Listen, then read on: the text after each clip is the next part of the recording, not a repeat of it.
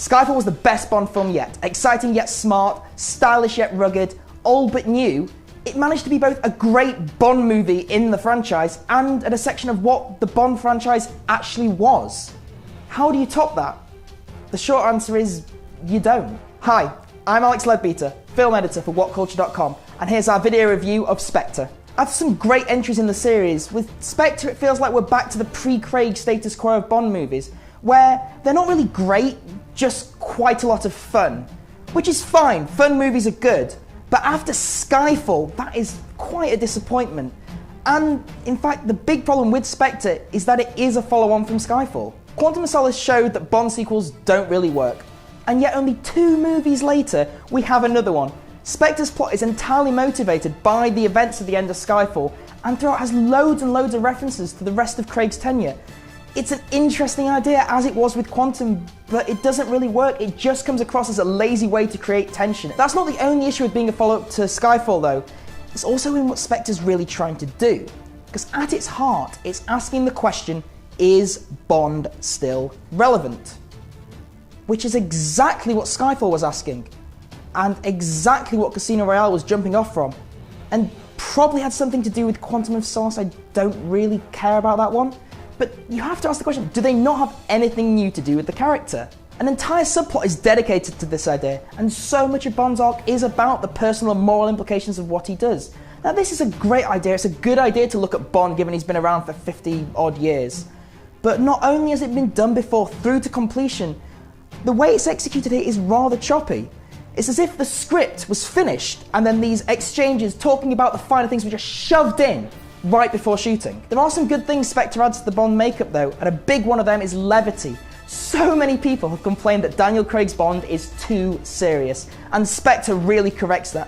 There are jokes and gags littered throughout the film, particularly in the first half. This is a ridiculous Bond in a very classical sense, fully delivering on that back-to-work scene from the end of Skyfall. If you've longed for Connery-esque silliness or Brosnan-style contrast of ideals, then you are going to love this. Well, until it's dropped in the second half for no real reason and it becomes super serious again.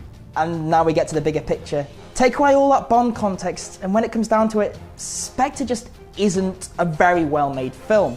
The pacing is in particular very erratic. The plot jumps around from one exotic location to another, but you're never quite sure why we're going to the new place or why the characters are developing in the way they are, which becomes a big problem when it tries to become game-changing in the final act. For all the attempts at deep thinking, it soon becomes apparent that all this plot is really just filling in the cracks between the action, which none of the best Bonds really ever do. That action is good and certainly well framed, but I just wasn't that engaged in it.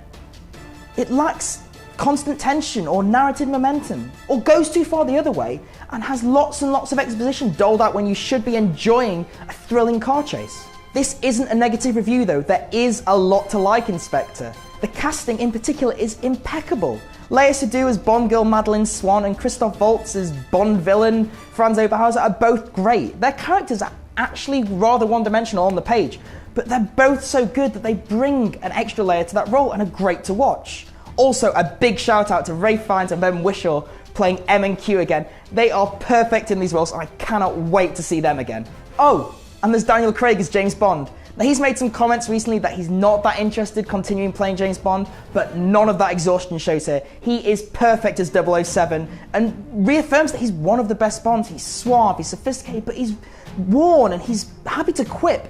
He's great, and while that introversion doesn't work in the film, he really sells it. He loves showing the man behind the numbers. There's some amazing individual moments as well. The opening shot is this 4-minute long take of the Day of the Dead festival. When we first meet Spectre in Rome, it's this dark, hushed meeting rather than this evil, maniacal agency. And there's this scene about halfway through where a Bond girl does the most un-Bond girl thing imaginable.